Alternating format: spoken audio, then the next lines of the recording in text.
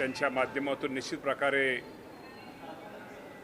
राज्यामध्ये खूप या राज्यातील जनतेला अनेक क्षेत्रामध्ये त्यांचा मार्गदर्शनाचा लाभ झालेला आहे।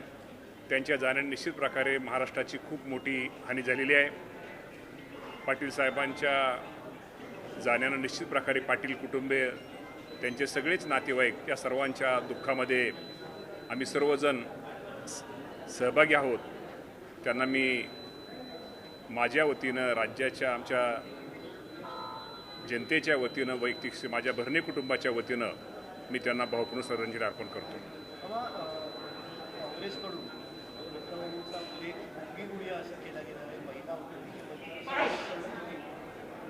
निश्चित प्रकारे ज्यांनी कुणी असा उल्लेख केला असेल त्यांचा पहिल्यांदा मी निषेध व्यक्त करतो। आपल्या सगळ्यांना माहिती आहे की राज्याचे दिवंगत उपमुख्यमंत्री अजितदादा पवार साहेबांच्या सुनेत्रा वहिनी जरी पत्नी असल्या तरी सुनेत्रा वहिनींचं खूप मोठं काम सामाजिक काम यापूर्वी या राज्यामध्ये राहिलेलं आहे। महिला बचत गटाच्या माध्यमातून राहिलेलं आहे। स्वतः त्या आजही उत्तम शेतकरी उत्तम व्यावसायिक म्हणून त्यांची ख्याती आहे। त्यांचा ज्यांनी असा उल्लेख केला असेल त्यांचा तर मी निषेध करतोच, पण महाराष्ट्रामध्ये आपल्या सगळ्यांना माहिती आहे की महिलांचा सन्मान करणारा हा महाराष्ट्र आहे आणि महिलांविषयी ही आपली खरं तर कुणी असं टीका करणं टिप्पणी करणं आपली खरं तर संस्कृती नाही आहे।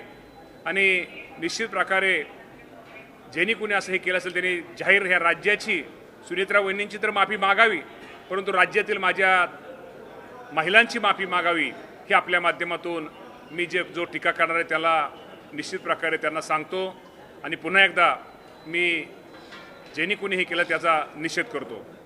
काँग्रेसकडून अशा प्रकारची टीका एकूणच टीका होत असताना अशा प्रकारे बघता आहे एकूण काँग्रेसचा इतिहास राहिलेला आणि अशा प्रकारे काँग्रेसचा इतिहास तर आपल्याला माहिती आहे की पहिल्यापासून महिलेचा सन्मान करण्याचा इतिहास त्यांचा राहिलेला आहे।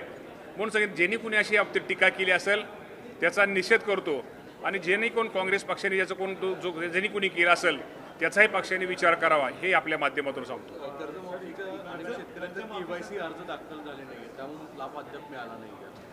केवायसीच्या बाबतीमध्ये आपल्या सगळ्यांना माहिती आहे की साधारणतः 17 लाखाच्या आसपास शेतकऱ्यांना पहिल्या यादीमध्ये ही आपण सर्वांनी कर्जमाफी ही शासनाने दिलेली आहे। त्यामध्ये साधारणतः आज अखेर पावणे 11 म्हणजे साधारणतः 11 लाखाच्या आसपास शेतकऱ्यांची केवायसी झालेली आहे। त्यामुळं त्यांना आता कर्जमाफीची काहीच रकमेची अडचण राहिलेली नाही आणि उर्वरित शेतकऱ्यांसुद्धा निश्चित प्रकारे त्या बाबतीमध्ये केवायसीचं काम हे युद्ध पातळी सुरू आहे। लवकरच त्या सर्वांना निश्चित प्रकारे या कर्जमाफीचा लाभ लवकरात लवकर मिळेल।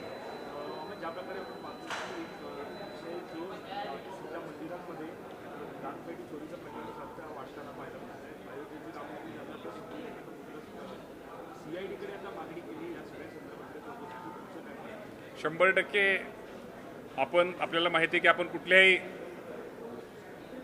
मंदिरामध्ये जातो दर्शन घेतो आणि कुठेतरी मनाला एक समाधान शांती मिळते आणि कुठेतरी एक दक्षिणा म्हणून हित करतो आणि त्या दक्षिणेवरती किंवा त्या पैशावरती कुणी जर घाव घालत असेल त्यामध्ये कुणी जर भ्रष्टाचार करत असेल त्या बाबतीमध्ये निश्चित प्रकारे त्यांची चौकशी ही केली गेली पाहिजे आणि त्यांना निश्चित प्रकारे शासन हे मिळालं पाहिजे।